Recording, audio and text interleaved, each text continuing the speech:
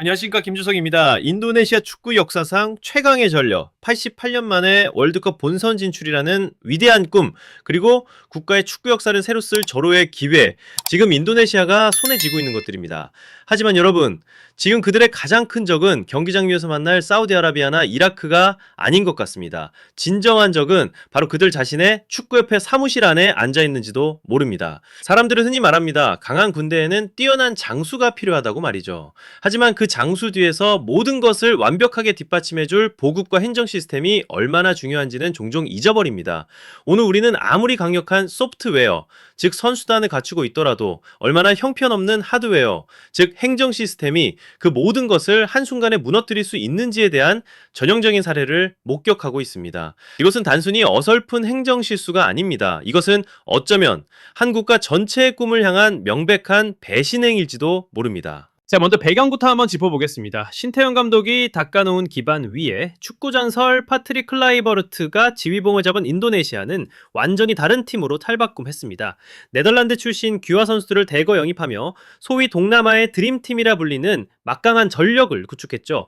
그 결과 기적적으로 3차 예선을 통과하고 이제 2026년 북중미 월드컵 본선행까지 단 한 걸음만을 남겨두고 있습니다. 88년 만의 기회입니다.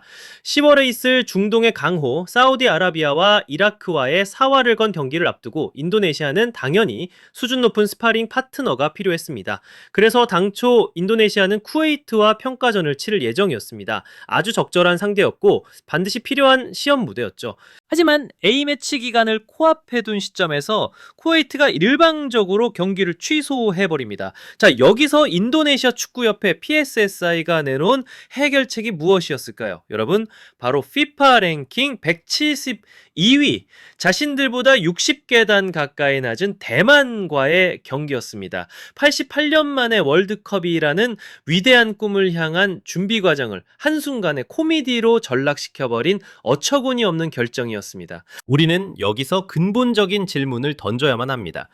이것은 PSSI, 인도네시아 축구협회의 순진하고 미숙한 아마추어리즘입니까? 아니면 변명의 여지가 없는 명백한 무능함입니까?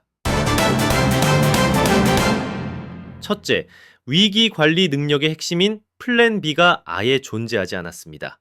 여러분, 프로의 세계에서 특히 수많은 국가의 이해관계가 얽힌 A매치에서 평가전이 막판에 취소되는 건 얼마든지 일어날 수 있는 변수입니다. 진짜 프로협회라면, 아니 일을 제대로 하는 조직이라면 당연히 이런 만일의 사태에 대비한 몇 가지 대체 시나리오를 준비해두는 것이 기본 중의 기본입니다. 쿠웨이트가 안 될 경우를 대비해 비슷한 수준의 중동팀이나 혹은 다른 대륙의 팀이라도 사전에 교감하며 리스트를 만들어 놨어야죠. 그런데 PSSI가 보여준 모습은 어떻습니까? 쿠웨이트의 취소 통보 이후 그야말로 달등에 불이 떨어진 듯 허둥지둥 다른 상대를 찾아 나섰고 그 결과가 고작 대만이었습니다. 이건 마치 대입 수능을 앞둔 수험생이 최고 난도 문제집을 풀다가 그게 품절됐다고 해서 갑자기 초등학교 산수 익힘책을 푸는 것과 뭐가 다릅니까? 이것은 준비성 부족을 넘어 그들의 행정 수준이 아마추어에 가깝다는 것을, 어쩌면 기획이라는 개념 자체가 부재하다는 것을 보여주는 명백한 증거입니다. 둘째, 아무나 하고 한 경기 뛰면 된다는 식의 안일한 태도는 더욱 심각한 문제입니다. 사우디아라비아, 이라크, 월드컵 본선 무대에서도 통할 법한 중동의 강호들과의 혈투를 앞두고 있습니다. 그렇다면 당연히 그들의 피지컬과 템포, 전술에 미리 적응하는 것이 이번 A매치의 유일하고도 절대적인 목표여야 합니다. 그런데 그들의 최종 모의고사 상대가 FIFA 랭킹 172위, 축구 스타일도 전혀 다른 대만이라니, 이건 도무지 상식적으로 납득이 가지 않는 결정입니다. 이 선택이 선수들에게, 팬들에게, 그리고 그들을 지켜볼 상대팀에게 어떤 메시지를 전달하겠습니까? 우리는 그저 몸풀기 경기만 하면 되니 상대가 누구인지는 중요하지 않다는 겁니까? 이것은 월드컵 최종 예선이라는 무대에 대한 진지함이 결여된 태도이며, 우리 선수단은 이미 충분히 강하다는 가장 경계해야 할 위험천만한 자만심의 발로일 수 있습니다. 천금 같은 A매치 기간을 이렇게 낭비하는 것은 단순히 실수가 아니라 범죄에 가깝습니다.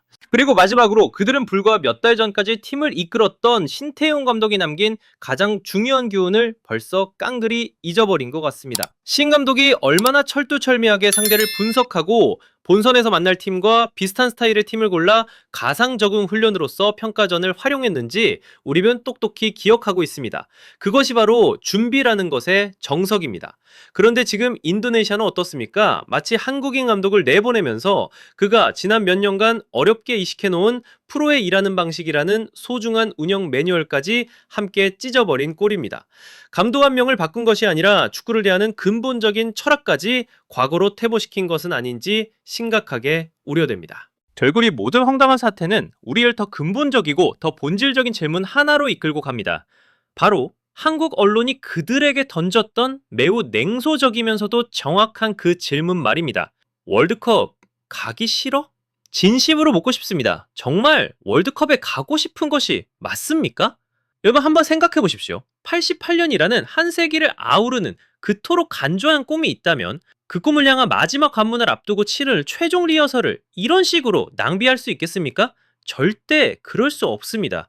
이번 대만전 결점은 단순한 행정 실수를 넘어선 것입니다. 이것은 PSSI가 월드컵이라는 목표를 얼마나 하찮게 여기고 있는지, 그들의 진정한 야망의 크기가 어느 정도인지를 스스로 폭로해버린 부끄러운 자기 고백이나 다름없습니다. 이것이 바로 자만의 대가입니다. 이 어처구니 없는 상황을 한번 보십시오. 투자와 준비라는 두 단어 사이에 존재하는 이 비극적인 불균형을 말입니다. 투자의 측면에서 그들은 정말 돈과 노력을 아끼지 않았습니다. 네덜란드 리그에서 뛰는 선수들을 찾아내 기화시키고 이전과는 비교도 할 수 없는 초호화 군단을 만들어냈습니다. 그야말로 동남아 축구의 판도를 뒤흔들 만한 슈퍼팀을 건설하기 위해 엄청난 공을 들인 것이 사실입니다. 하지만 준비의 측면은 어떻습니까? 놀라울 정도로 허술하고 믿을 수 없을 정도로 안일했습니다. 이건 마치 수억 원을 들여 최첨단 F1 머신을 만들어 놓고 거기에 가장 값싼 유사 휘발유를 붓는 격입니다. 최고의 엔진을 가지고도 최악의 연료를 넣는다면 그 차가 제대로 달릴 수 있겠습니까? 오히려 엔진이 망가지지는 않으면 다행이죠. 아마도 이 올스타 팀을 구축하는 데 성공했다는 그 사실 자체가 그들을 오만하게 만들었을 겁니다.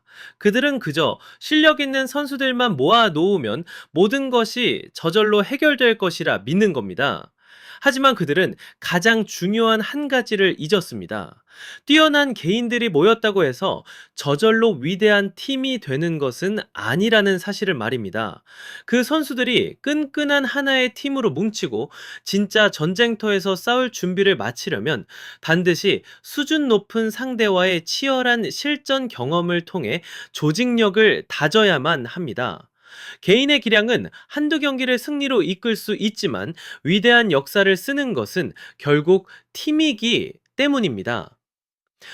오늘의 이야기는 단순히 평가전 한 경기를 망쳤다는 수준의 문제가 아닙니다. 이것은 인도네시아의 야심찬 월드컵 프로젝트에 드러난 첫 번째 균열이자 가장 치명적인 균열입니다. 이것은 결코 양립할 수 없는 하나의 거대한 모순을 보여줍니다. 그라운드 위에서는 21세기의 야망과 잠재력을 품은 선수단이 뛰고 있습니다. 하지만 사무실 안에서는 20세기의 능력과 사고방식에 갇혀있는 행정가들이 앉아 있습니다. 그들은 선수를 영입하는 헤드헌팅에는 성공했지만 정작 그들을 관리하는 데에는 처참히 실패하고 있는 겁니다. 그들의 슈퍼팀은 분명 강력할 수 있습니다. 하지만 하드웨어인 행정 시스템이 계속해서 이런 식의 오류를 일으킨다면 아무리 뛰어난 소프트웨어라 할지라도 결국엔 시스템 전체가 붕괴하며 무너져 내릴 수밖에 없습니다. 이것은 PSSI가 반드시 뼈에 새겨야 할 조기 경보이자 마지막 경고입니다. 그들의 88년 묵은 꿈을 위협하는 것은 경기장 위에서 만날 상대팀이 아니라 바로 그들 자신의 무능함이라는 사실을 이제는 깨달아야 합니다.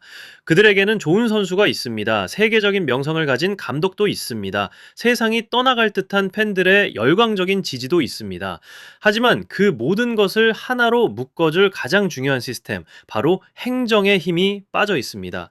그들에게 지금 필요한 것은 선수 한 명을 더 영입하는 것이 아니라 바로 행정 시스템 내부의 혁명입니다. 구시대적인 생각과 주먹구구식 일처리를 완전히 갈아엎는 근본적인 변화가 없다면 인도네시아 축구는 결코 앞으로 나아갈 수 없습니다. 만약 이 경고를 무시한다면 월드컵이라는 위대한 꿈은 천국의 문턱 바로 앞에서 가장 허무하고도 어처구니 없는 방식으로 산산조각 조각 날 것입니다. 상대에게 패배하는 것이 아니라 스스로 자멸하는 비극을 맞이하게 될 겁니다. 자, 오늘 저의 분석은 여기까지입니다. 시청자 여러분의 생각은 어떠신가요? 여러분들의 날카로운 의견 댓글로 자유롭게 남겨주시기 바랍니다. 그리고 앞으로도 계속될 깊이 있는 분석을 놓치지 않으시려면 구독과 좋아요 그리고 알림 설정까지 꼭 부탁드리겠습니다. 지금까지 해설위원 김준석이었습니다. 고맙습니다.